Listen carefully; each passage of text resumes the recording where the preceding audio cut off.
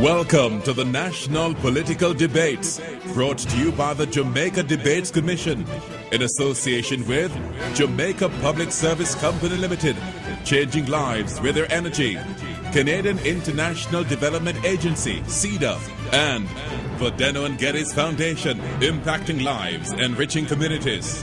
Tonight, we focus on finance and the economy. Our moderator is Derek Jones. Good evening, and welcome to the second of three 90-minute political debates organized by the Jamaica Debates Commission and staged before a live studio audience. The debates are intended to assist in identifying, clarifying, and understanding the issues being presented in this general election campaign. This evening's debate focuses on economic issues. Our debaters tonight are Mr. Audley of the Jamaica Labour Party and Dr. Omar Davies of the People's National Party. Members of the panel of questioners are Garfield Burford of CVM TV, Erica Virtue of the Jamaica Observer, and Franklin McKnight of the North Coast Times and IRI FM. I am your moderator, Derek Jones. The guidelines for tonight's debates have been previously agreed and are posted on the Debate Commission's website at www.jamaicadebatescommission.org. The guidelines include the following. Questions should not be longer than 30 seconds. Each debater is allowed 1.5 minutes to respond to each question, and rebuttals are limited to 45 seconds. The questions posed in tonight's debate are created solely by the panel and are not influenced by the Jamaica Debates Commission or the moderator in any way. Arising from a coin toss earlier, Mr. Audley will make the opening statement, while Dr. Omar Davies will make the final statement at the end of the debate. And so now I invite Mr. Audley to make his 2-minute opening statement. Mr. Shaw. Thank you very much, Mr. Moderator. My fellow Jamaicans, good evening. First, I'd like to thank the organizers of this debate, the Debating Commission, for putting this together. I'd like to thank you, the moderator, and the panelists for being here. And of course, I can't forget my worthy opponent. I want to thank you for engaging me this evening. I think it is an important effort, it's an important initiative that we should expose, and we are aware of the issues that are very important in the decision that is to be made. We are faced in this election with a critical decision. There are two clear courses that we have to take. One is either an acceptance of the present path, which is one of mediocrity, or an acceptance of a path that is going to lead us to the aggressive pursuit of excellence. Yesterday, the PNP tabled their manifesto. They shouldn't even have bothered to do so, because for the past 18 years, we have lived their manifesto. We have been the victims of their manifesto. What we need now is a new path. The JLP has a new plan. We want to lead Jamaica into a new economic era, which is going to be guided by the abandonment of the borrow and tax policy, and to pursue instead a policy of investment, growth, and job creation. It will be done by aggressive investment promotion strategies, by having a credible debt management plan, and by cutting out corruption and waste in public life. That is the plan, and that is the path on which I will discuss the details this evening. Thank you, Mr. Shaw. Let us now hear from Dr. Omar Davies with his 2-minute opening statement. Dr. Davies. Good evening, Mr. Jones. Good evening to the panel. Good evening to Mr. Shaw. Most important, good evening to all the listeners and those watching this debate. Let me begin by indicating that for the PNP, economic management is not an end in itself. We're involved in economic management in order to address social and economic issues of the Jamaican population, the members of our family. And to that end, we don't try to control inflation in order to please bankers. It's in order to make the dollar of the hardworking Jamaican stretch further. We don't seek to accumulate reserves to impress anyone. It's to ensure that there are no shortages. And we should remember the periods when there were shortages under the last JLP administration. That is why we have designed our own macroeconomic plan. And our macroeconomic plan has taken us out of these shortages which characterize the Jamaican economy when we were led by the IMF and the World Bank. The reason the JLP claims that they're unable to address social issues is because of the policies dictated from Washington. We have broken that stranglehold. We now enjoy the highest level of confidence ever in Jamaica by both consumers and by the business sector. That confidence is shown up in terms of high levels of investment, and it puts us in a position to speak about hope in a realistic way. Not in terms of thousands of wild promises, and the promises aren't over yet because the campaign is not yet over. We do not know what else will be promised. A critical issue which we are going to force the JLP to respond to. How are we going to fund those wild promises? Every single project, every single program we have spoken about, we can tell you how these will be funded. Thank you, Dr. Davies. We now move into the next phase of the evening's proceedings, and that is the question time. And our first question tonight comes from Garfield Burford, and it will be directed to Mr. Audley Shaw. Mr. Burford. Mr. Shaw, does a JLP administration, if elected to government, plan to return to a borrowing relationship with the International Monetary Fund, IMF? And what would be the implications for the provision of social services if this is done? The Jamaica Labour Party does not intend to return to a borrowing relationship with the IMF. What we intend to do, however, which will be a sharp difference between us and this present government, is that we intend to approach the multilaterals outside of the IMF, the World Bank, the IDB, and the Caribbean Development Bank, and we intend to seek from them project-specific financing which can be obtained at rates of interest at least half of the rates that are now being paid on the international capital markets. It's going to require a lot of discipline. We've got to dot the I's, we have to cross the T's, but we have to do the due diligence that is required. But for instance, on mega projects like the Educational Transformation Program, that is going to require, at maturity, an incremental $22 billion per year. We have already entered discussions with the Inter-American Development Bank, and they have already signaled an interest to talk to us about the issue of financing transformation for education. When we borrow money from the multilaterals, and they have money, when we borrow it from them at rates of interest of 3%, 4%, or 5%, it's going to begin to ease the pressure on the budget because of the high cost of interest in servicing Mr. Davis's debt on the international capital markets. We're going to ease the pressure. Thank you very much, Mr. Shaw. Dr. Davies, you have 45 seconds in which to respond. I'm very pleased about that clarification that the JLP won't return to the IMF. I don't know whether this is a change in course because Mr. Shaw met with the IMF in South Africa and they wrote to him explaining that we wouldn't qualify for loans from them. So I don't know whether they raised that without him raising the question.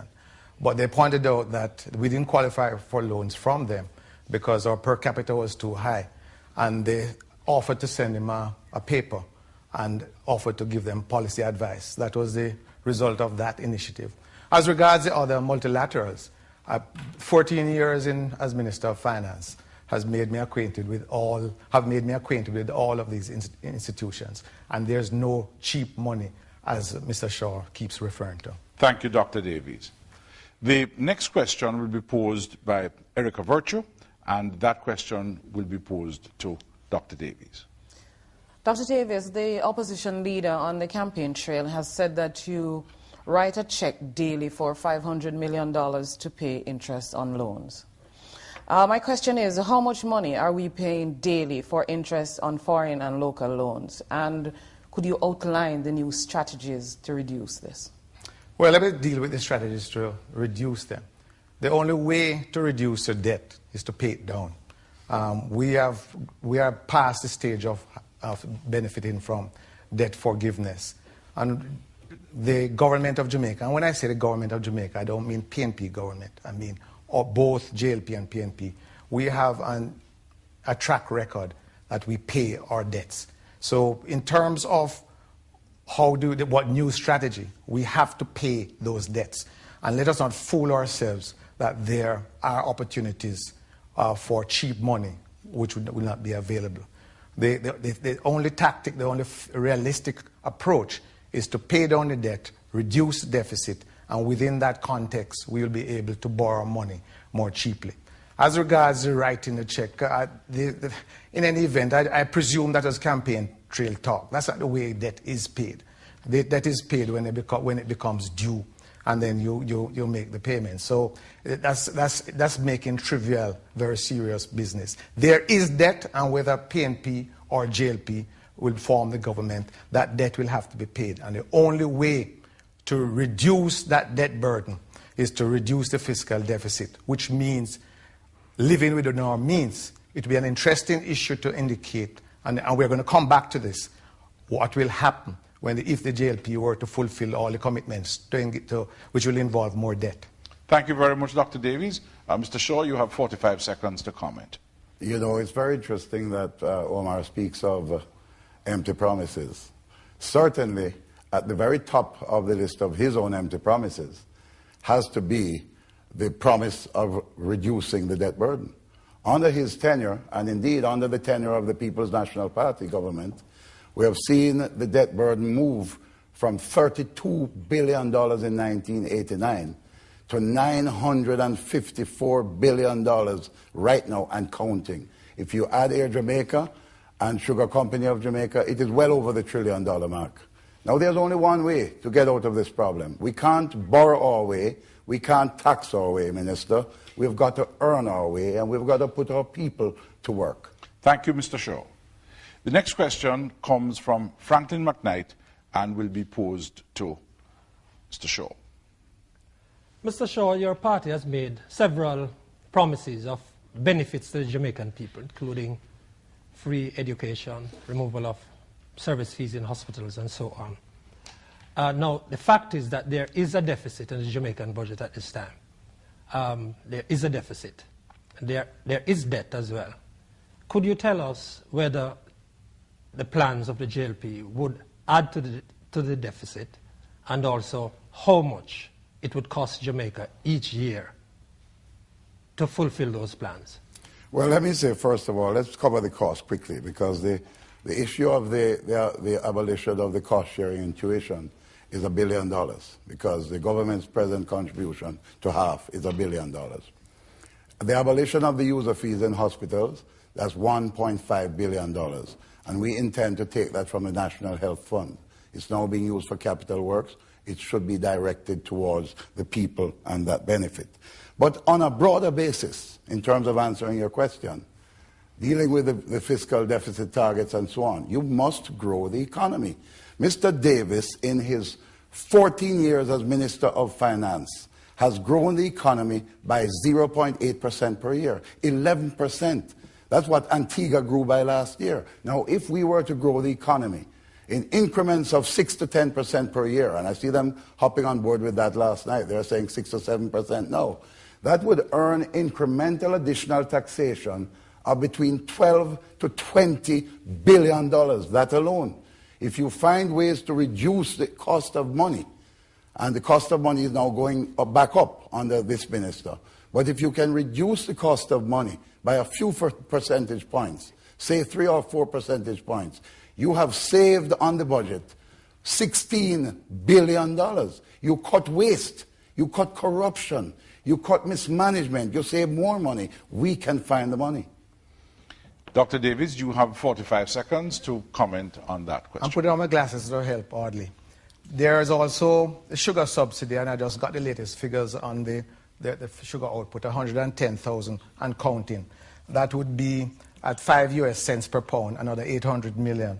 There's the bauxite levy, which will be shifted to communities. That's $3 billion. There's a constituency fund of $150 million per member of parliament. That's another $9 billion. That is real money. I've heard a candidate for your party indicating how he was going to spend his $150 million. If you think you're going to be able to tell him that when you finish cutting waste and when you're going to do these things, you're going to have to tell the Jamaican people, are these campaign promises, are they serious proposals? And then we'll deal with that issue. Thank you, Dr. Davies. Mr. McKnight has signaled me that he wants to have a follow-up question. And for the benefit of our viewers, let me just explain to you that each of our questioners is given the right to ask 2 follow-up questions during the entire debate. Mr. McKnight has indicated he wants to use one of his 2 now, and therefore I'm going to ask you to go ahead and pose the follow-up question. Yes, I just wanted Mr. Shaw to tell me what's the cost of the total package of the social services plans that the JLP is putting forward, and whether that would expand the deficit in the first place. Well, Mr. Shaw, you have 45 seconds to respond, and then Dr. Davies will have a further 45 seconds to comment on that as well. Let me say that the cost is something that's going to be phased. For instance, the $2.5 billion for health and education, that will start in September, come September morning. The Constituency Development Fund is $9 billion. That starts in April, the new fiscal year, next year. And that's not going to be new money. It's largely going to be a reallocation of existing funds. For instance, monies from the Ministry of Works. Instead of Richard Azan having $6 billion to dole out and victimize and put it where he wants to put it, it's going to be divided more equitably among all of the constituencies. Equally, the educational transformation money is not money that's going to be all plugged in at one time. We don't have the institutional capacity to spend it all at once. So there's a plan to raise the funds and to put it in place as needed. Mr. Shaw, your 45 seconds is up. Dr. Davies, you have 45. On behalf of Audley, let me give thanks for this program, because suddenly we are realizing that what you're going to be doing is shifting around money.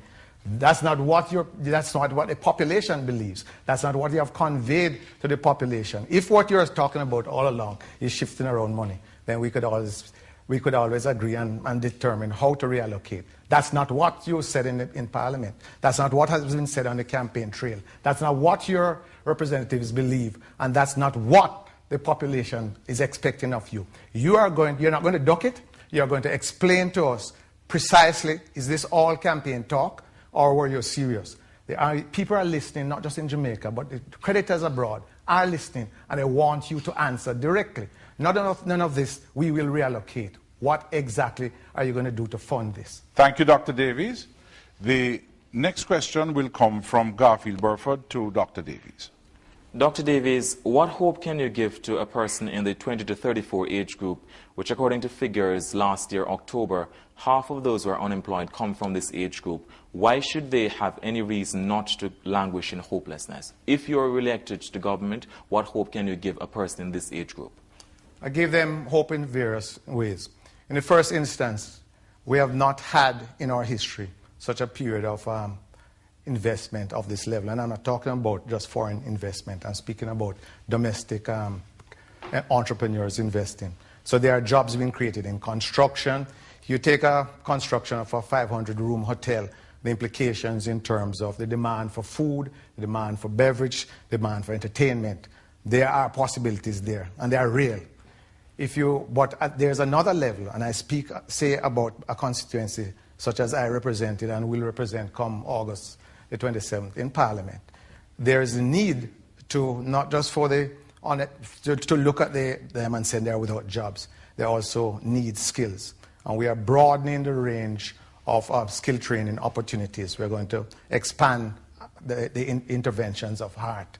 But there is yet another approach, the issue of the small and micro enterprises. We need to make people be aware that you do not need to look for someone else to employ you. There are possibilities for self-employment. And we are going to be working with such groups, having trained them to develop these employment possibilities. The period of us saying a man is going to build a factory and to employ people on a 9-to-5 basis, not that it's over, but we have to broaden the notion of how employment is created and persons have to learn they can create their own employment. Thank you, Dr. Davies. Mr. Shaw, you now have 45 seconds to respond. Thank you. Between those who are listed officially as unemployed and those who are listed as being outside of the labor force because they have given up hope looking for work, there are over 400,000 Jamaicans today who are out of work. We can't grow as a country. We can't create wealth as a country. We can't create a life of peace and prosperity if so many of our people are out of work. We have an aggressive plan. We are going to create a mega investment agency that is going to merge Jamaica Trade and Invest with the Development Bank of Jamaica and the Exim Bank, and we are going to go back to the business of targeting investors local and abroad, and we are going to let this country hum with activity, investment and jobs. Thank you, Mr. Shaw. Ladies and gentlemen, we are now going to take a short break. We invite you to stay tuned. We'll be right back.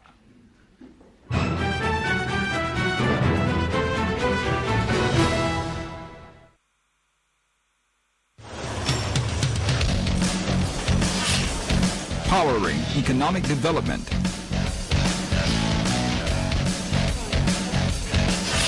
Engaging minds.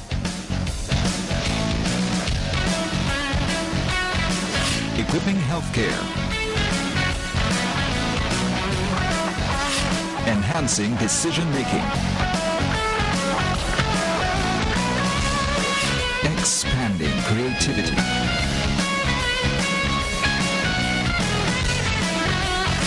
Extending our days.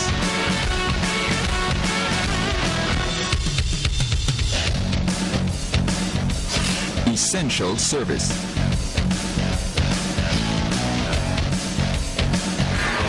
JPS, changing lives with our energy.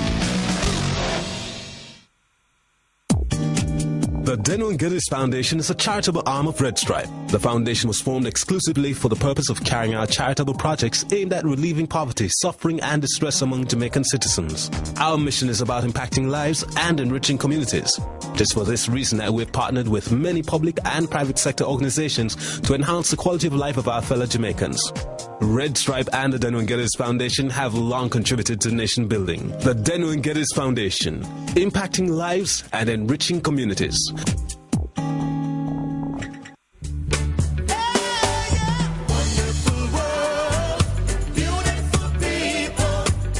Go out and vote for who we want to vote for and respect each other. Can't go every day and kill off one another, so we need love. Violence just mash up Jamaica. Even the devil vex over it, brother. We are all one Jamaican. We want peace and we want to know to reason one another. We just keep things violence free. So please, peace all the way. Crime free election, and that me I ask for. Share a direct, unified love with each other. One nation united under God. Jamaica need love. No gun, just love. I pledge on behalf of the entire EOJ to continue to conduct elections in an efficient manner, without fear or favor, and to always show respect to every voter. Respect. Respect. Respect. Respect. Respect. Respect. Respect. 1-888 call JPS. Quick response, toll-free link, the easy way, at the touch of a tone, your questions answered. Right there on the phone. Customer service, the modern way, so don't delay. 1-888-225-5577. 1-888 call JPS.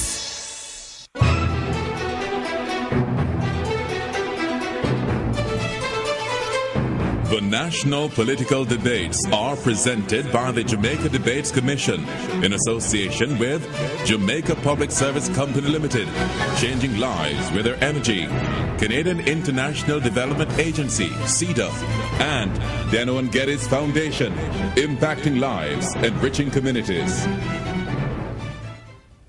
Welcome back to the second in a series of 3 political debates being facilitated by the Jamaica Debates Commission. If you're just joining us, welcome. We now invite Erica Virtue to start this segment with a question from Mr. Audley Shaw. Mr. Shaw, the JLP has hinged funding several of its manifesto promises on savings from corruption eradication. Can you give Jamaica a timeline for this eradication program and say when in the 5 years do you expect to amass the savings so that you can start on these promises that you have made? Within the first 100 days of the JLP administration, we intend to pass an act to amend the Contractor General Act to impose heavy fines and imprisonment on anyone who violates the transparent award of government contracts. We intend also to appoint a prosecutor general who is going to prosecute official corruption, because corruption has reached such a point in Jamaica that it not only robs the treasury in terms of overruns, all kinds of euphemisms, overruns and other names, but on Highway 2000 alone, on the North Coast Highway, you've had overruns of $15 billion. You've had Sandel's White House at $3 billion of overrun. You've had the Intech Fund, you have all kinds of things. And you have had a Ministry of Finance that has not carried out the responsibilities of adequately monitoring contracts in this country. We intend to make sure that we put in place all of these procedures, that we're going to cut out the corruption. Because when you cut that out, you're going to have resources, you're going to yield up resources to put into the critical services that are required in the country. Education, healthcare, even the present promise of this government to assist young people under 18. It's not working. I have in my possession right here a bill for $8,000 for 3 children, $8,000 each, who need cataract operation. Thank you, Mr. Shaw. It doesn't come free. Mr. Shaw, your time is up. Dr. Davies, your 45 seconds. Yes, well, first of all, Ms. Virtue, have been kind in terms of trying to phase the commitments made by the JLP. These were never presented as phased programs. But let's cut to the chase. Let's look at the actual numbers. The capital budget is $24 billion. How much of that is corruption? How much can you save to deal with the $20 or $60 billion which have been committed? Phase it as you wish. The fact is, to hinge these commitments on this commitment to cut out corruption, either this year or next year, is just an attempt to fool people, to insult the intelligence of the Jamaican people. Thank you, Dr. Davis. Your time is up. And we now move to Franklin McKnight, who will put the next question to Dr. Davies. Dr. Davies, I think the most important measure of the government's stewardship of the economy, the sum total of our activities to satisfy our wants and needs, the most important statistic could be the fact that for the last 14 years of your stewardship of it, the economy has grown by an average of 1% a year. Could you tell Jamaica, well, first of all, could you tell me if I'm wrong, but would you tell Jamaica what you would do differently, or what more you would like to do that you could not have done over that time? Well, first of all, let me disagree with you in terms of what is the most important statistic. We have also done other things. When we inherited government from the JLP, poverty was in excess of 30% of the population. It's now below 16%. That is an important statistic, and that's a statistic I would like you to focus on. In terms of what we do differently, Franklin, let's look at the phases in terms of management. The first was to bring stability where there was instability. There was a fictitious foreign exchange market. We brought that under control. There is a market-driven foreign exchange market which everybody has confidence in. Inflation was skyrocketing. Last year, inflation was 5.8%. We have stabilized the economy. What are the benefits? The benefits are unprecedented levels of investment, $800 million investment last year. I didn't make up those figures. You go and look on the North Coast. You go and look anywhere in Jamaica. The evidence of confidence is reflected in the Chamber of Commerce's survey, not government survey. Consumers and business people have confidence. That provides us now with the basis for an expansion in the economy and employment, which is unprecedented. That is the basis on which we speak about hope. concrete basis, not a set of wild promises, a basis which derives from real achievements. Thank you, Dr. Davies. Mr. Shaw, you have 45 seconds. The measurement of poverty in Jamaica is somewhat masked by the heavy level of remittances that come to the country. The fact is that at this present time, there's a paradox. There's no growth in the economy, and over 400,000 people are not working. Yet we are told that poverty is declining. It is not declining. You want to see poverty, go into Mr. Davis's constituency. Go into the Prime Minister's constituency. Go into Rocky Point in Clarendon. They can't even clean the drains. Mosquitoes will kill you down there. Everywhere in Jamaica, the country is run down. The infrastructure is run down. The signs of poverty are plain to see. Even begging is up in this country. Thank you, Mr. Shaw. The next question is to be put by Mr. Burford to Mr. Shaw. Mr. Shaw, what is the most fundamental change that your administration would make if elected to government to the system of taxation to make it more efficient and to make it more business-friendly? Well, first of all, let me say that the system of taxation is going to be part of a scheme of arrangements, because there has to be a structural change in the economy. Right now, the economy is so configured that it militates against investment across the board. And that's what we need. Not just hotels and the bauxite industry, across the board investment. And so what we need is a structure where we have a credible debt management plan. We have an energy policy. We intend to talk to Marubeni about that, because the price of electricity has to go down in the country to make industry competitive. Then we must make the bureaucracy, the public sector, must be an instrument of efficient support to the private sector and to the citizens of Jamaica. That's the third one. The fourth one is a tax reform program that is going to lead over time towards the reduction of taxes. We're going to reduce taxes as an incentive to investment and to growth in the country. And finally, we must promote aggressively investment. All of it must come together. This mega investment agency, I was involved in the promotion of investment. I was involved in the 80s when we were creating 2 new businesses per week. I am in the business of opening up businesses, of opening up factories when we promoted investment. This Minister of Finance has been in the business of closing down things. 40 factories closed in Spanish Town, putting 29,000 people out of work. Thank you, Mr. Shaw. That's his business. Thank you, Mr. Shaw. Dr. Davies, your comment. Well, it's an interesting discourse which had nothing to do with the question, but let me seek to rebut it in that he mentioned Marubeni, and that's just another indication of investments which have resulted from the confidence in the country.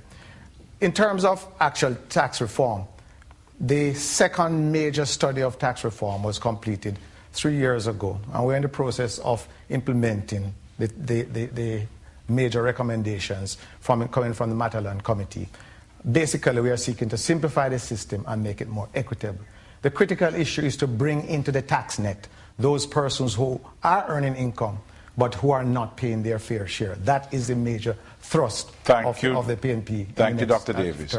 Mr. Burford had signaled to me that he wants to use one of his 2 follow-ups, so you will now put the follow-up question to Mr. Shaw.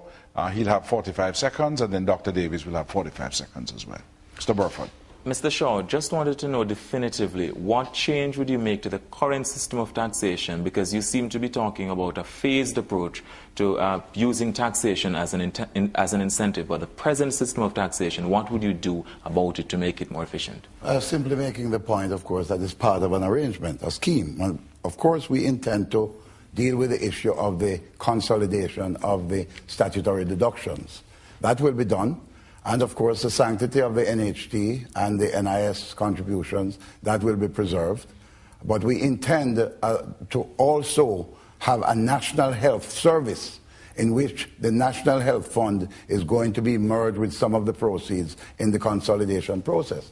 In addition to that, there are critical issues such as the reduction of stamp duty on transfer taxes, the reduction of stamp duty, the elimination over time of transfer taxes, because we want to get business going. Thank you. We don't want to be grudgeful. Thank you, about Mr. Shaw. business. Thank you, Mr. Shaw. Dr. Davies, your 45 seconds starts now. Well, let me once again thank Mr. Shaw for the public endorsement of the consolidation of statutory reductions.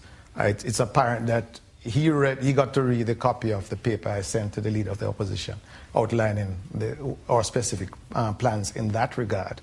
And it's important that we do that, because it's something I would wish for both parties to agree on without seeking to have petty disagreements about trivialities. And that consolidation is going to support the expansion in the education transformation. It's going to provide you with an opportunity to reallocate resources to the major areas of need at a particular point in time. But we have a tax reform policy which we are implementing. Thank you, Dr. Davies. And I now turn to Erica Virtue to put the next question to Dr. Davies. How much money is the government losing through unpaid taxes and under-invoicing by individuals and businesses? And why has this not been plugged in 18 years? And why aren't the criminals in prison? Well, let me start by virtue of the fact that people are dodging official dumb. It's always going to be an estimate. Various studies have suggested that perhaps 30% of the economy, that's one figure, is outside of the tax net, or was outside when the study was conducted. Each year, if you will note the rate of increase in tax revenue versus the rate of increase in the growth in the economy, we are improving. We are not yet where we wish to be, but we are improving in terms of our efficiency. As regards putting criminals in prison, in the first instance, we seek to collect. It's not just a matter of putting criminals in prison. We seek to collect. And so in several instances when we find persons who are seeking to evade, we bring them in and work out some arrangement with them in terms of their becoming part of the net. In terms of estimates, I would think that the GCT is the most efficient, and we have the best collection percentage from the GCT. But I would think that perhaps there's another 20 to 25% which we could increase through closing the loopholes and making the system more efficient. Thank you, Dr. Davies. Mr. Shaw, over to you. You know, the Minister of Finance over the years has spent quite a bit of money on trying to reform the duties collecting money on the wharf. We are aware of a lot of corruption there. And he brought in companies from abroad, paid them handsomely in foreign exchange. And we haven't seen the problem improve. In fact, we've seen the problem worsen. The fact is that not only has there got to be proper interdiction at the wharf, but I believe that as a matter of an overall policy, we must look towards the reduction of duties. I believe that the reduction of duties will yield an increased collection of duties rather than increased evasion. Thank you, Mr. Shaw. The next question falls to Mr. Franklin McKnight, and he will put that question to Mr. Shaw. Mr. Shaw, during the 1980s, late 1980s, the JLP government removed some services from sections of the local government system towards central government, partially emasculated the KCC. Some of this was said to be all in the name of management of the economy. Was it right then? And if it was right then, is it likely that in the process of trying to tighten up and to hold down government costs, that you would suggest a cutting back of the local government system? Well, it is not the intention of the Jamaica Labour Party to cut back the local government system. We believe in local government. We believe in community development. And as a matter of fact, one of the plans that we have is that, you know, while the government has been building super highways and bragging about the highway from here to Old Harbour or wherever, the fact is that the parish infrastructure in Jamaica has totally broken down. Community roads, farm roads, markets, Water supply systems have been totally broken down.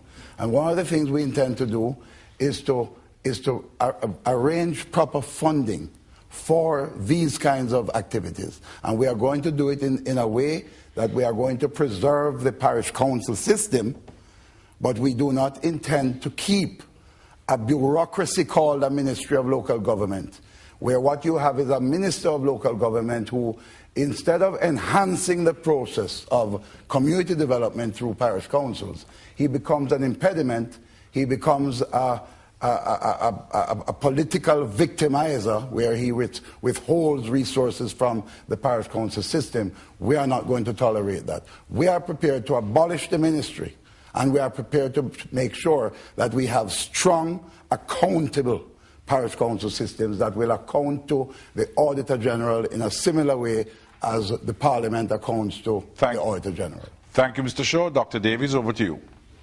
The PNP's position on local government and community development, these positions are well established. We by virtue of the way the party was founded, we build from the grassroots up. So we don't have to switch and rediscover community development and local government as we go along.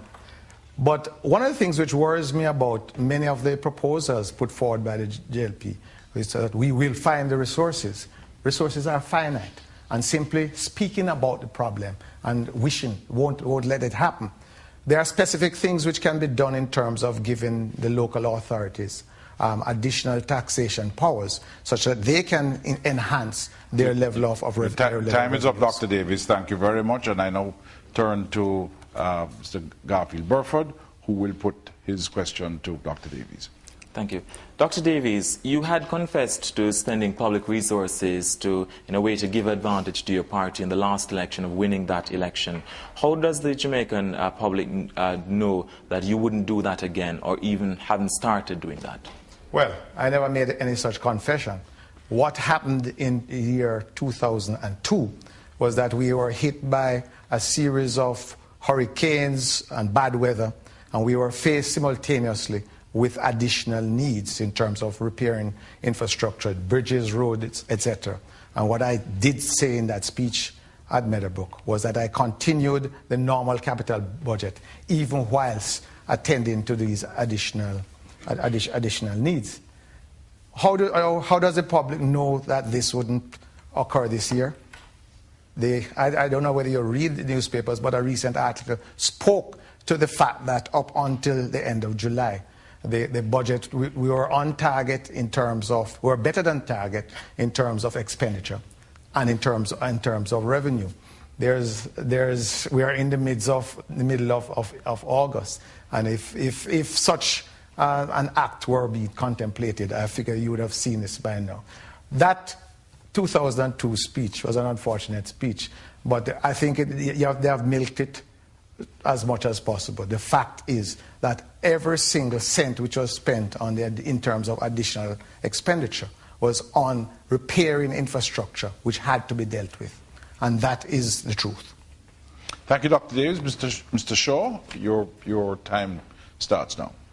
It might have been an unfortunate speech, but the country ought properly receive and should get an apology from the minister, because the minister had said in that public presentation at Meadowbrook that he had run with it, that he even had to sacrifice hurricane relief in order to ensure that other things were done, because he said he wasn't going to stop the progress on the highway and stop the progress on his various projects. He was going to proceed in the way he wanted. And then he said, now, comrades, now that we have to correct it. What was that correction? A record $14.5 billion tax package on the backs of the Jamaican people. Thank you, and Mr. Shaw. You're not apologizing. Your time is up, and we now turn to Erica Virtue, whose time it is. Mr. Shaw, the majority of Jamaicans have not benefited from this high interest rate regime on which the government has persisted for many years. How much of a deterrent is this to economic development, and for how much longer can it persist? And will you commit tonight that a JLP government will lower interest rates within the first 100 days of that administration? Mr. Shaw? Let me say first of all that the high interest rate policy of Omar and the PNP has been one of the most destructive forces in the history of Jamaica's economy. It led to the financial sector collapse, where over 40 financial institutions went. Entrepreneurs that previously had been heralded by him. Some of them are exiles abroad now. Many entrepreneurs lost their businesses. Many companies that were over 100 years old in Jamaica were destroyed and sold to foreigners. That is the legacy. And even one of his colleagues who sits in this room today described it as the greatest transfer of wealth from the poor to the rich since the abolition of slavery. This is why the Jamaica Labour Party is committed passionately to the need to reduce the debt burden, to have a credible debt reduction plan, to find sources where we can borrow money more cheaply, including the multilaterals, because we're going to go to them for project-specific financing. We are going to do, we have other initiatives on the cards. We're going to use the Petrocarib funds to pay down expensive debt. And we are going to go to the diaspora abroad with a diaspora bond to get cheaper rates of interest. I can't say to you that this is going to be done in the first 100 days. Thank you, Mr. But Shaw. this is our mission. This is our policy. Thank you, Mr. Shaw. Dr. Davies, you have 45 seconds. Let me begin by correcting the basis of the question. Interest rates over the last 3 years are the lowest they have been in Jamaica over the last 25 years. Fact. As regards the financial sector problems, if we are going to be honest, and we need to be honest, why don't we examine the credit unions, the various financial institutions, BNS, Citibank, which didn't go under? If we're going to be honest, we'll have to identify what were the real causal factors.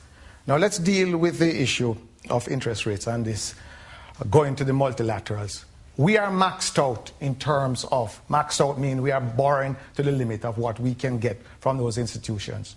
Neither the World Bank or the IB. And I'm afraid our time is maxed out, Dr. Davies. So thank you very much. And ladies and gentlemen, we'll now take a short break. We invite you to stay tuned. We'll be right back.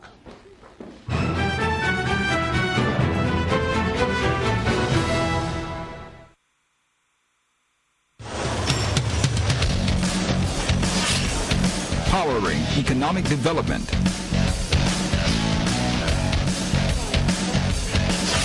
Engaging minds. Equipping healthcare.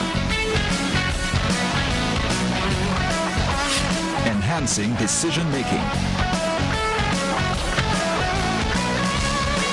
Expanding creativity.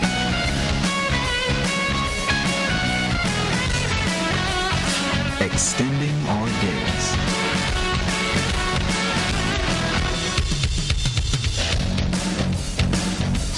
Essential service.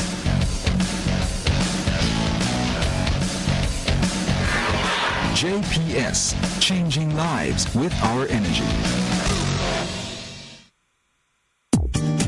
The Deno & Geddes Foundation is a charitable arm of Red Stripe. The foundation was formed exclusively for the purpose of carrying out charitable projects aimed at relieving poverty, suffering, and distress among Jamaican citizens. Our mission is about impacting lives and enriching communities.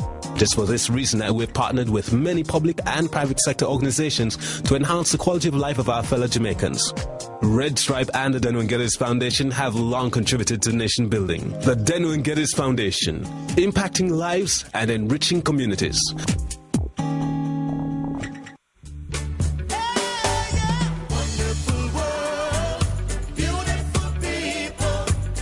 Hello, I'm Rihanna Wright, an indoor agent for the Jamaica Labour Party. And I am Nadran Palmer, indoor agent for the People's National Party. And I just love this new wave of unity. Yes, we are learning to follow the rules and respect each other. It's foolish to fight over elections. We know we can trust the electoral system. Your vote is your right and responsibility. No one should take that from you. Violent actions will only destroy your family, your community, and our country. I pledge on behalf of the entire EOJ to continue to conduct elections in an efficient manner without fear or favor, and to always show respect to every voter. Respect. Respect. Respect. Respect. 1-888 call JPS. Quick response, toll-free link, the easy way, at the touch of a tone. Your questions answered right there on the phone. Customer service, the modern way, so don't delay. 1-888-225-5577. 1-888 call JPS.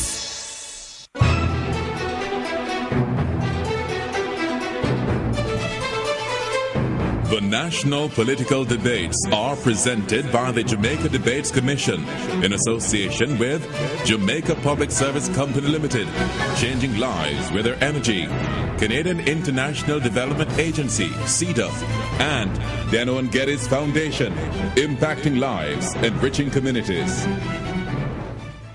Welcome back to the second in a series of 3 political debates being facilitated by the Jamaica Debates Commission. If you're just joining us, a very hearty welcome. During the break, Erica Virtue indicated that she wanted to use one of her 2 follow-up questions, and so I now turn to Erica to put her follow-up question to Mr. Shaw. Yes, Mr. Shaw, I realize that you didn't give a commitment as to the position on the lowering of interest rates. If you can't, does that mean essentially that a JLP government will have to continue the high interest rate policy of the present government? No, the commitment had to do with the 100 days, because it is understood that this reduction of interest rates is a process. It's not a magical thing. And one of the reasons why the minister cannot reduce interest rates any further, which, by the way, 4 years ago, the interest rates were right where they are now. And then the Bank of Jamaica pushed the interest rates to 36%. Then we have come back now 4 years later to where we were 4 years ago. The point is, we've got to have a process where we build confidence among the private sector. Right now in the region, the spread between the real interest rate right now is about a 3% spread. In Jamaica, it's 5%. Time is up. Because there's no confidence in this minister. Time is up, Mr. Shaw. Dr. Davies, you have 45 seconds as well. There's no confidence in this minister. I'm going to send you the Chamber of Commerce's surveys, because I don't believe you would have said that if you have been reading them. Let me speak to the issue of how interest rates are determined. Interest rates aren't determined by wishes. There's nobody with resources who is going to sit and simply offer to take below what the market offers.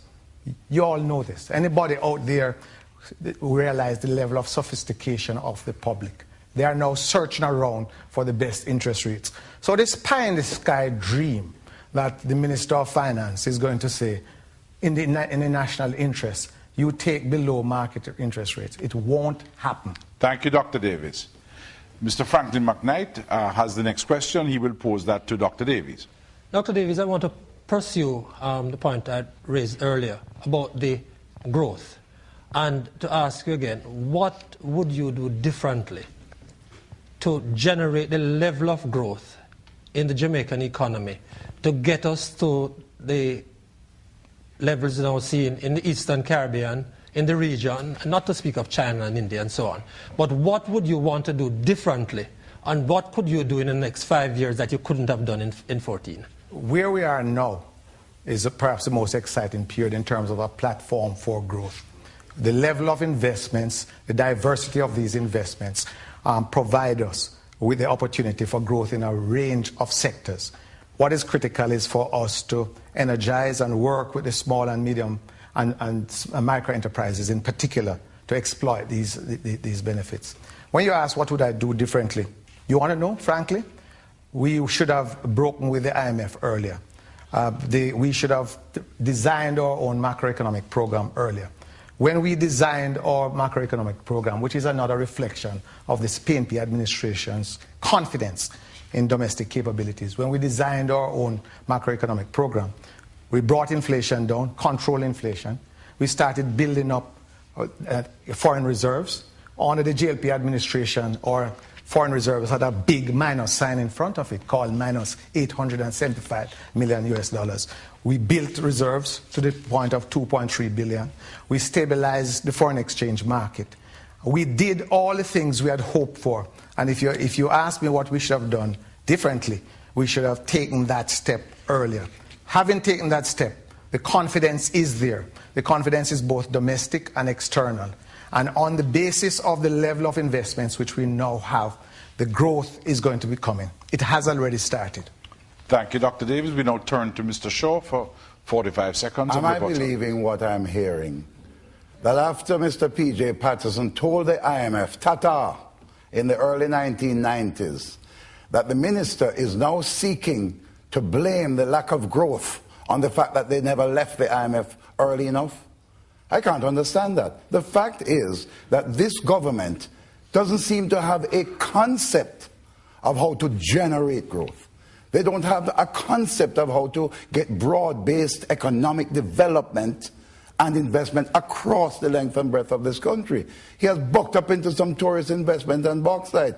But we, with the mega investment agency that we plan, we're going to provide venture capital, we're going to provide incentives, and we are going to aggressively target investments. Thank you, Mr. Shaw.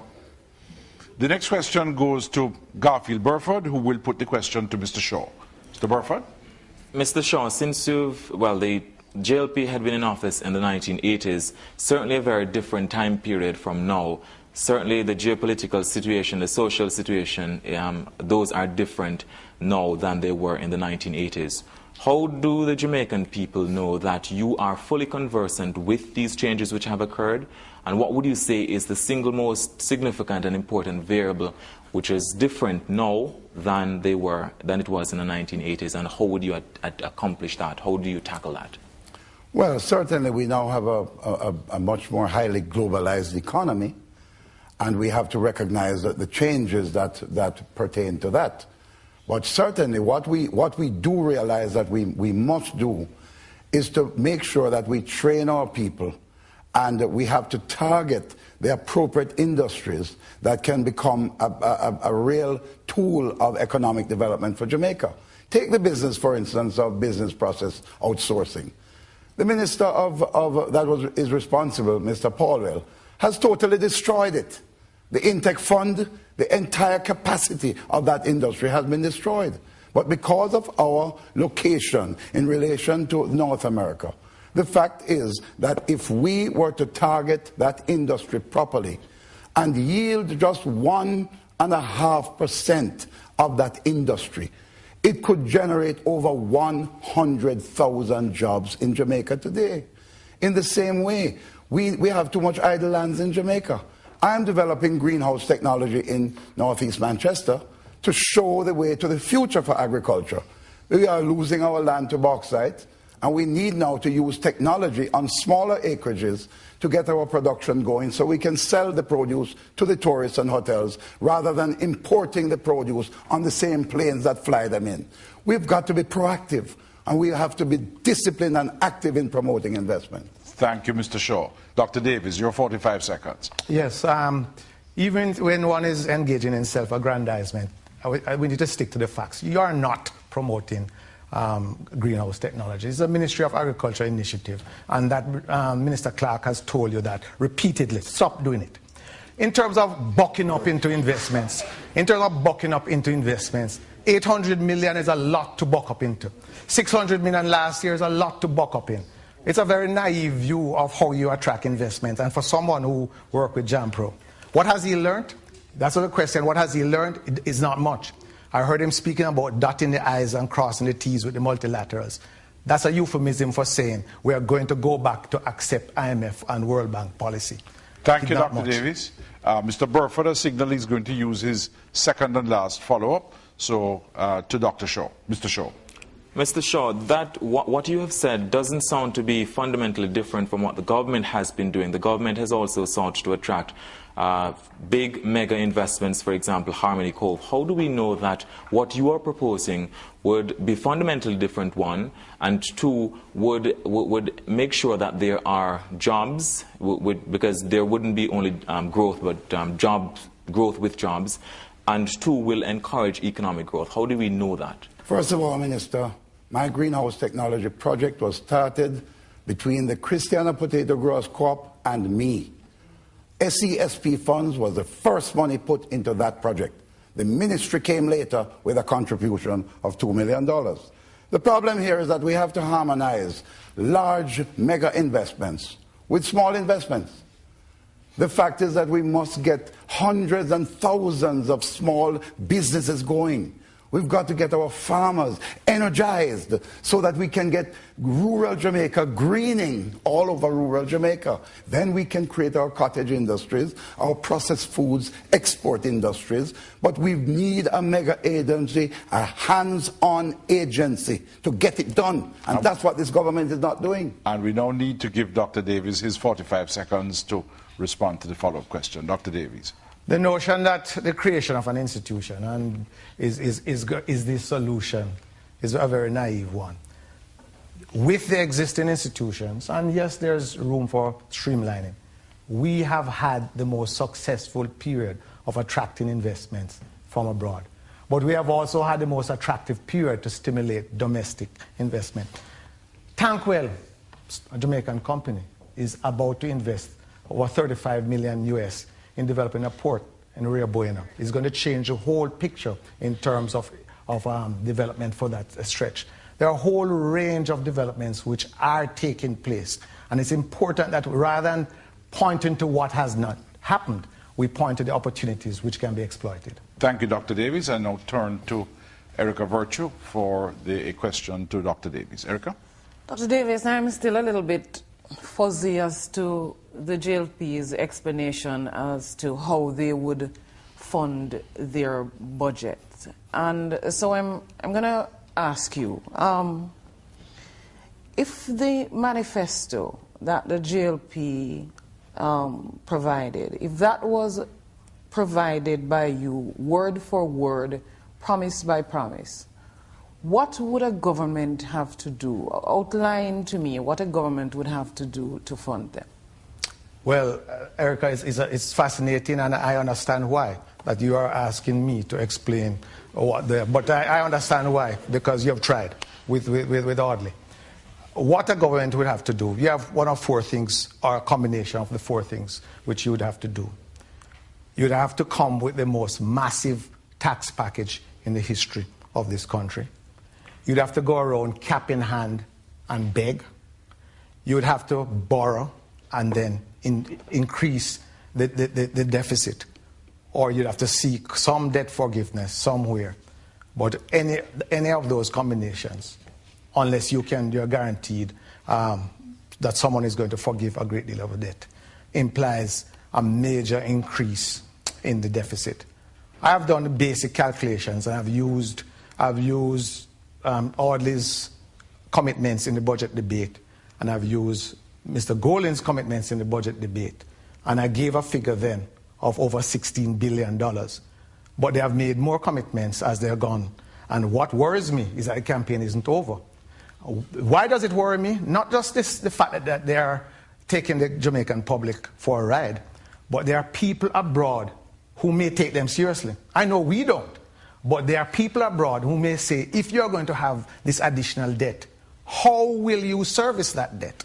And that's one of the major problems which we face in this campaign. And I'm giving Audley the opportunity to reject these false claims. You know, when I listen to Omar sometimes, I realize that the only thing that is worse than his arrogance is the state of the economy of Jamaica.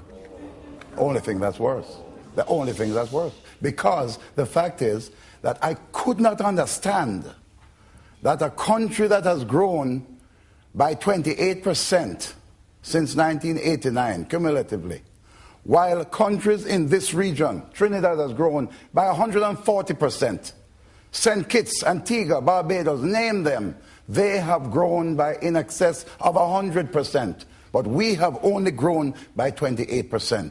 Sorry, Minister, you don't have the answer to growth. We have said you can't borrow and tax. Mr. Shaw, your time is up. You have got to earn and invest. Your time is up. Mr. McKnight to Mr. Shaw. Mr. Shaw, I want to follow up on the point, though.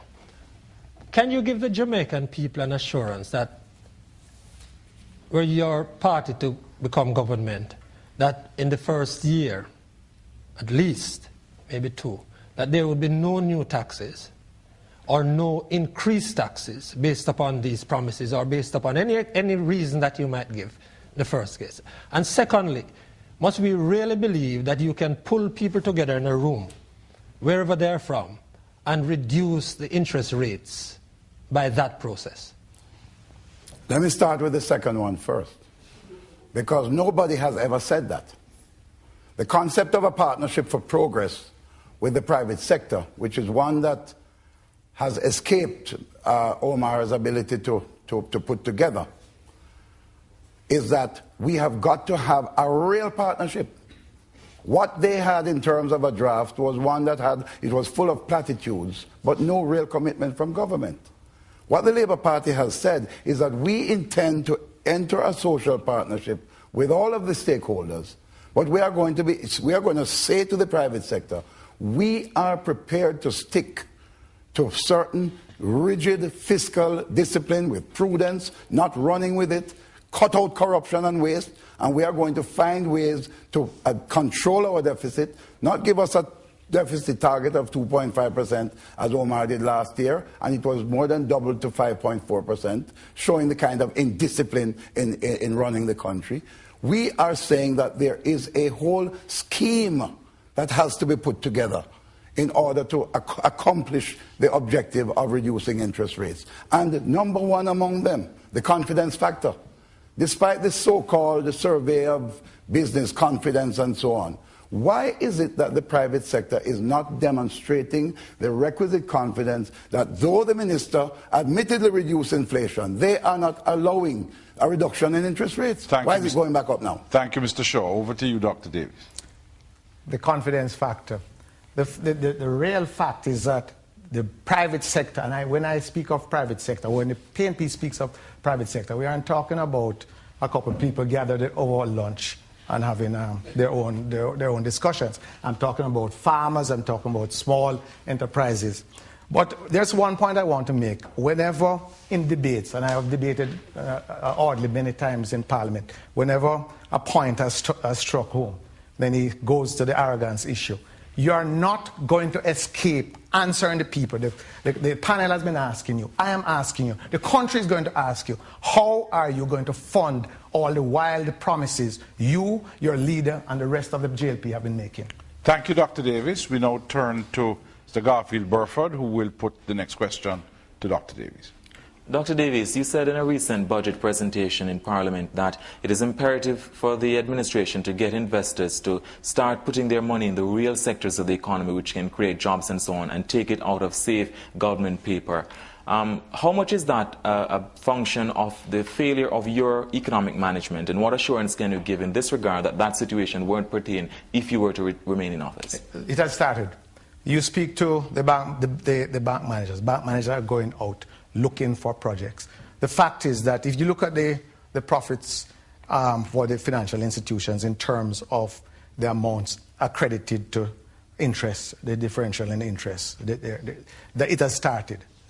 It is a function of the reduction of the government's appetite, as well as our ability to borrow some money from external sources, which takes the pressure off the domestic interest rates. So it has started, and there's an increasing number of investments taking place by domestic entrepreneurs. It is happening.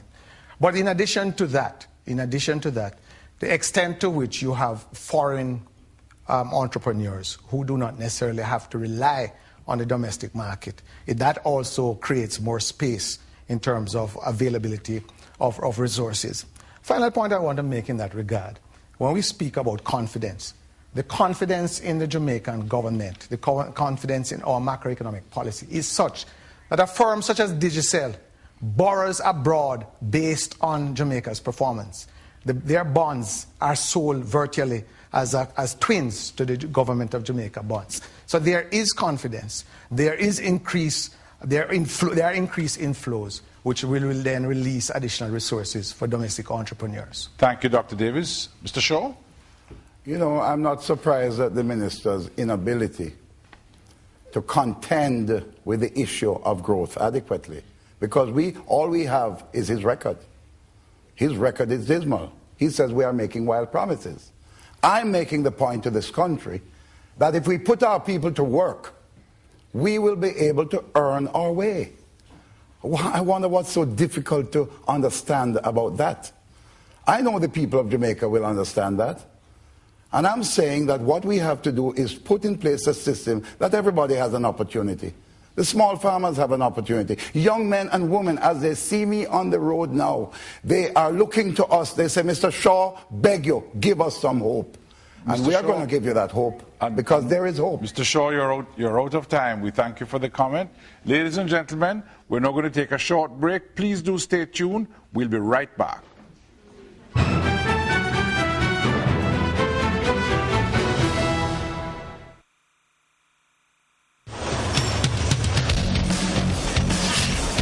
Powering economic development.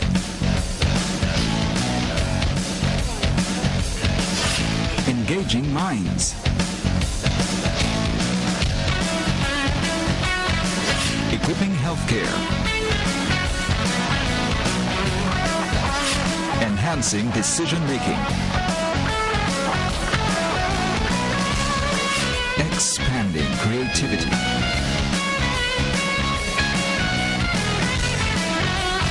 Extending our days.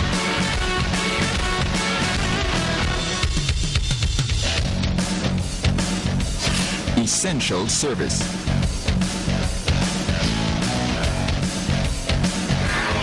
JPS, changing lives with our energy.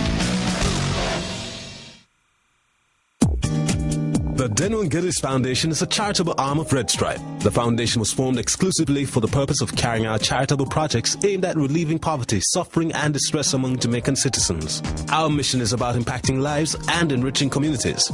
It is for this reason that we've partnered with many public and private sector organizations to enhance the quality of life of our fellow Jamaicans. Red Stripe and the Deno and Geddes Foundation have long contributed to nation building. The Deno and Geddes Foundation, impacting lives and enriching communities.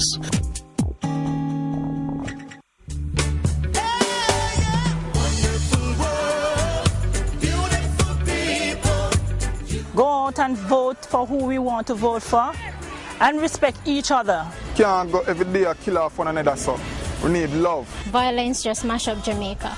Even the devil vex over it, brother. We are all one Jamaican. We want peace and we want to know to reason one another. Well, let's keep things violence free. So please, peace all the way. Crime free election, and that me I ask for. Share a direct, unified love with each other. One nation united under God. Jamaica need love. No gun, just love.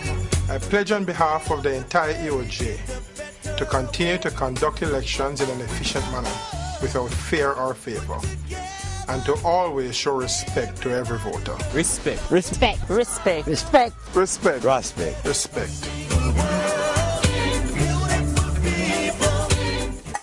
1-888 call JPS.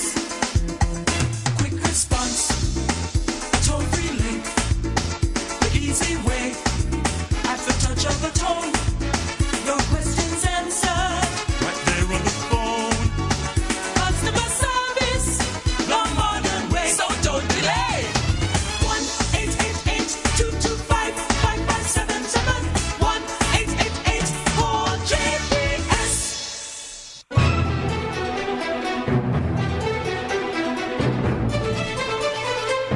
The national political debates are presented by the Jamaica Debates Commission in association with Jamaica Public Service Company Limited, changing lives with their energy, Canadian International Development Agency, CEDA, and Deno and Geddes Foundation, impacting lives, enriching communities. And we welcome you back to the second in a series of 3 political debates being facilitated by the Jamaica Debates Commission. If you're just joining us, welcome to this last segment. We now invite Erica Virtue to start this final segment with a question from Mr. Audley Shaw. Mr. Shaw, I'm going to assume that you know the cost of a loaf of bread, a tin of corned beef, a pound of flour, a pack of cigarettes, a drink of rum, because that is the existence for thousands of Jamaicans, you know, for so long. My question is, do you personally find it difficult and to pay your bills, for example, light, You need to come to the question quickly, light, Erica. water, phone, food, in terms of the cost of living in comparison to your wages? Well, let me say this to you, that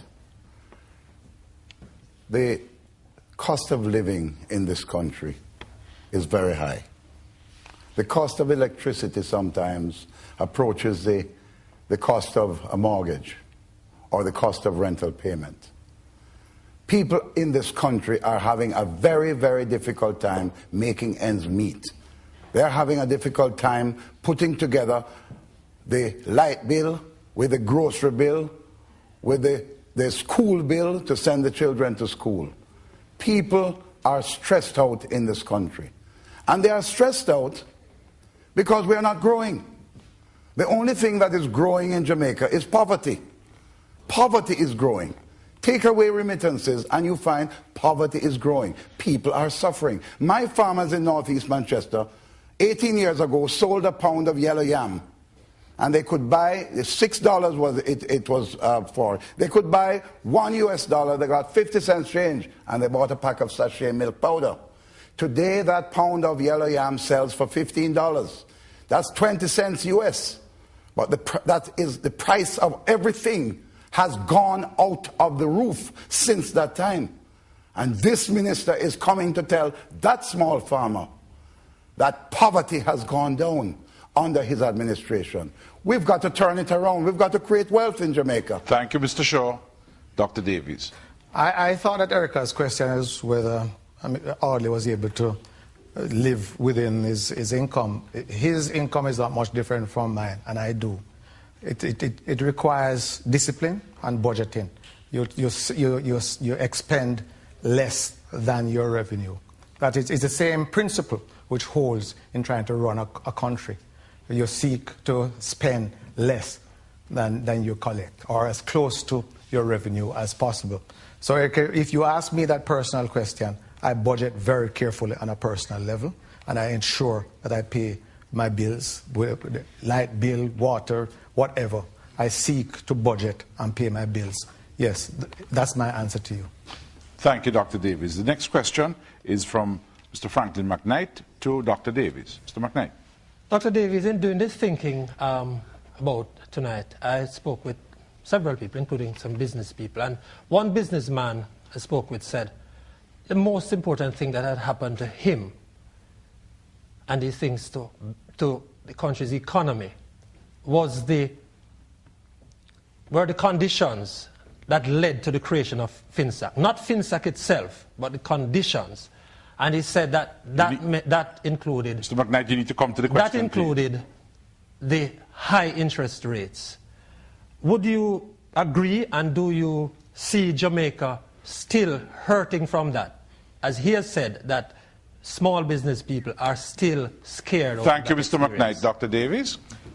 Clearly, the FinSAC, and I'm glad you recognize that FinSAC was a solution to our problem. And I'm willing to debate the issue as to the interest rate. But the interest rate cannot be given the total blame for the problems. There are many businesses which not only survived, but prospered. There are banks, and I hate to point to them because 2 of them are foreign banks, prospered, and during that period. Managers who are well paid are not paid to complain. They are paid to select in tough times the most conservative positions. There are persons who gambled with resources which weren't theirs. You know, it's one of the interesting facts is that there are many persons who claim to have been ruined by FinSAC are very wealthy while they're left institutions which are bankrupt. I think we need to look at that. So I understand the pain of some business persons, but the real pain for the country is the tremendous cost of trying to recover, given the mistakes and the actions of several persons. It amounted to 40% of GDP. Very few countries have been able to take on such a burden and come back the way we have. We now have a stronger financial sector, and we now have a situation where by and large there has been recovery. Thank you, Dr. Davies. Mr. Shaw. The real pain of the financial sector adjustment and the crash, the collapse, was the gross and absolute mismanagement of the People's National Party. And when Omar became the Minister of Finance, because the problem actually started before him under his predecessors, when money supply started to go through the roof. But when he was the minister and the interest rates continued to remain high, Eddie Siaga told him in the House in my presence, the problem is $20 billion now, deal with it now. Omar denied that it was $20 billion. Well, it then became $120 billion. Mr. Davies, you have a lot to answer for. Thank you, Mr. Shaw. Ladies and gentlemen, one of the features of this debate is that at this point, each of the party representatives has the opportunity to ask the other a single question. And Mr. Shaw, you have the first question to put to Dr. Davies. Mr. Davies, after many years of missed targets, you've never met a growth target that you have set. You have never met a fiscal deficit target that you have set. There has been a point where this country has now is being described by the United States State Department as a kleptocracy. That is the preservation of public officials, enriching them and keeping them in political power. Mr. Minister, with all the poverty around us, why should the Jamaican people believe anything that you tell us now? My answer, quite a good performance. My answer is that if you look, the way we measure poverty now is exactly the same way we measured it in 1989. Fact, it was 31% in 1989. It's now under 16%. In terms of targets, it is if this administration and me in my capacity as Minister of Finance started the process of publishing my targets and saying, judge us by those targets. That's when you started understanding the whole nature of an economic program within which you'd assess what the targets are. Yes, we have missed targets. We are only human, but we have made many. We have made targets. We have exceeded our NIR target. Last year, we exceeded the inflation target. Why don't you speak to that? A major problem of the JLP, and it's exemplified by you, is that you speak only of the negatives. What do you think about a target of bringing industrial peace? What do you think about signing a historic memorandum of understanding with a trade union leadership led by a leading member of the JLP? That's an important target. We do not just simply look at numbers. We look at industrial peace. We look at stability in the society. We look at the number of young people who now have opportunities through HEART, through an NYS which was abandoned by your administration. Those are important targets. We are speaking beyond your narrow confines of a deficit target or a growth target. We are speaking about the development of the country, and there's no one who can deny that in 18 years the country has not moved forward. Thank you, Dr. Davies, and it's now your turn to put your question to Mr. Shaw. Audley, several persons have tried. Ms. Virtue has tried. I'm going to try again. I want you to give you the opportunity to explain clearly, unambiguously to the Jamaican public how the commitments made by you and your leader, Mr. Golding, how will they be funded? Is there a massive tax package? Or what, are you going to beg the money, or are you going to borrow? Omar, let me say this to you. And it means that I'll have to repeat myself. But I fully understand your unfamiliarity with how you can make that shift, which is a sort of an old socialist type mentality, that you want to distribute what you don't create. And to distribute, sir, to create wealth, you've got to put the people to work. When you put the people to work, here is the scenario. You promote investment, you get growth, it creates jobs, people pay taxes, and from the additional increments of taxation, you're able to spend money, sir. That's how it's done. Now, I've tried to explain that to you, and I've explained in relation to the tuition and in relation to health, the immediate plan of how to deal with that. I've told you in the medium term how we're going to deal with educational transformation and the development of rural communities. I've explained all of that. You don't understand it. You have slipped and slid so much that over the past 6 months, your people in New York, Standard & Poor's and Bear Stearns, have downgraded Jamaica. And it means that because of that downgrade, you're going to have to start borrowing money at higher rates of interest now. So, Mr. Davis, we've got to move now to how we can create wealth for the people of Jamaica, not alleviate poverty, which has been your policy, and it can't work. Thank you, Mr. Shaw. We now go to the final phase of this evening, which is that each of the debaters has an opportunity to make a closing statement of 2 minutes. Mr. Shaw, you go first. Thank you very much, Mr. Chairman. I want to thank you. I want to thank the panelists and the Minister for engaging me today, and the people of Jamaica for watching this debate. It is important. You know, many years ago when the ship Titanic crashed, and many people went to their watery grave, the first mate warned the captain. He said, "Captain, there's an iceberg ahead." And the captain said, "Not changing course, first mate, full speed ahead." Well, the ship of state of Jamaica must change course.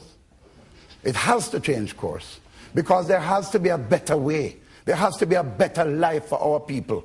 We've got to offer hope to our young people who are, many of them are dispossessed. They are bewildered. They are unhappy. There's too much crime. There's too much unemployment and too much hopelessness in Jamaica. Our mission has to be to build a society in which our people are well trained to meet the challenges of this century, are gainfully employed, earn a decent standard of living, and can enjoy justice, peace, and prosperity in a clean, safe, and healthy environment. That's what they get when they go abroad. Why can't we provide that for them here? I believe that the Jamaica Labour Party can provide that leadership. Bruce Golding has shown the vision. We are showing a better way. We are going to change course. Jamaica has to change course. We can't afford you, Mr. Davis. We can't afford you, most honorable Prime Minister. We can't afford the PNP anymore. It is time for a change, and I'm looking forward to working with the people of Jamaica to create a better life. Thank you, Mr. Shaw. Dr. Davis, your final 2 minutes. Thank you very much, Mr. Jones. As I said in the beginning, for us in the PNP, economic management is a tool. It's a tool for improvement of the social and economic conditions of our family members, the population of Jamaica. But we concentrate on those at the bottom of the economic ladder.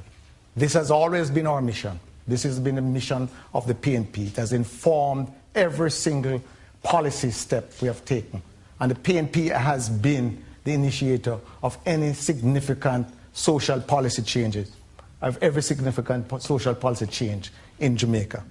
But it's not change, and the hope cannot be built on a wish list. It can't be built on simply listing a whole litany of problems. It has to be built on sound economic foundation. We have established that sound economic foundation. The country is now poised for the greatest period of economic growth. The investments are there. The infrastructure is there. And we are now providing the hope for young people. We're expanding training through heart. We are re-establishing the NYS, which I repeat, the Jamaica Labour Party essentially abolished. We're providing opportunities to our small and medium-sized enterprises through the Exim Bank and through the Development Bank of Jamaica. There is hope. There's no country which can be led by a party which specializes in emphasizing all the negatives, the whole place mash up. Who wants to live in a place where the whole place mash up? Who wants to be led by leaders who only perceive of negatives? This party, the PNP, of which I'm a proud member, we look at the positives. We have built the foundation. We are now ready to reap the rewards in terms of employment. You see, we look at this as one Jamaica, one family, and we can shape the future of Jamaica together. Thank you, Dr. Davies. Now, ladies and gentlemen, I'm sure that you would want me on your behalf to thank our participants for a very spirited debate and in the spirit in which the debate has been conducted. As a symbol of that spirit, I'm going to ask them to shake hands again.